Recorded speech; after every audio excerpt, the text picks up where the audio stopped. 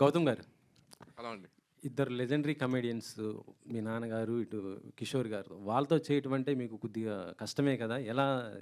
100% అండి. అంటే first time చెప్పినప్పుడే నాకు చిన్న భయం స్టార్ట్ అయిందండి. అంటే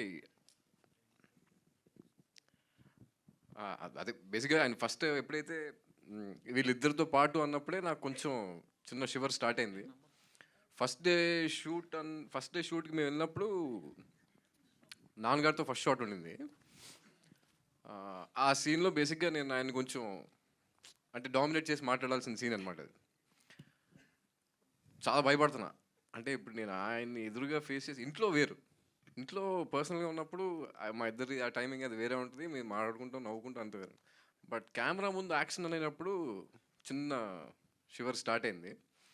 తర్వాత ఒకసారి పిలిచారు వ్యాన్‌లోకి పిలిచి, "ఒరేయ్! నీ డైలాగ్స్ చెప్పరా" అన్నారు.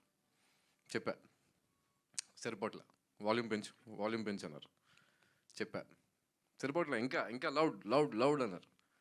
ఇప్పుడు వ్యాన్‌లో ఎవరైనా ఉన్నారా? నేను నువ్వే కదా ఉంది. చెప్పు అన్నారు.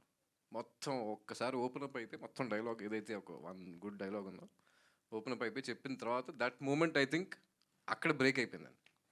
అక్కడ బ్రేక్ అయింది. ఇంక అక్కడ నుంచి నాకు ఈజీ అయింది. అండ్ కిషోర్ గారితో నాకు అసలు అంటే ఆయన ఉన్నారంటే నాకు అది ద మోస్ట్ కంఫర్టబుల్ పర్సన్. అంటే నాకు మా ఇద్దరికున్న ర్యాప్ అలాంటిది. ఆయన సీన్ అలా చెప్తారు, ఆయన ఇంప్రవైజ్ చేసినప్పుడు మనకు తెలీదు ఆయన ఈ డైలాగ్ చెప్తారని కూడా నాకు ఐడియా రాదు. అవి ఎన్ని టేక్స్ అంటే కనీసం ఒక 10-15 takes minimum పట్టేవి.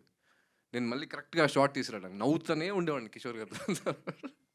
So definitely it was a challenging role అండి. అది ఇద్దరిని అలా పక్కన పెట్టుకుని. బట్ ఒక విషయం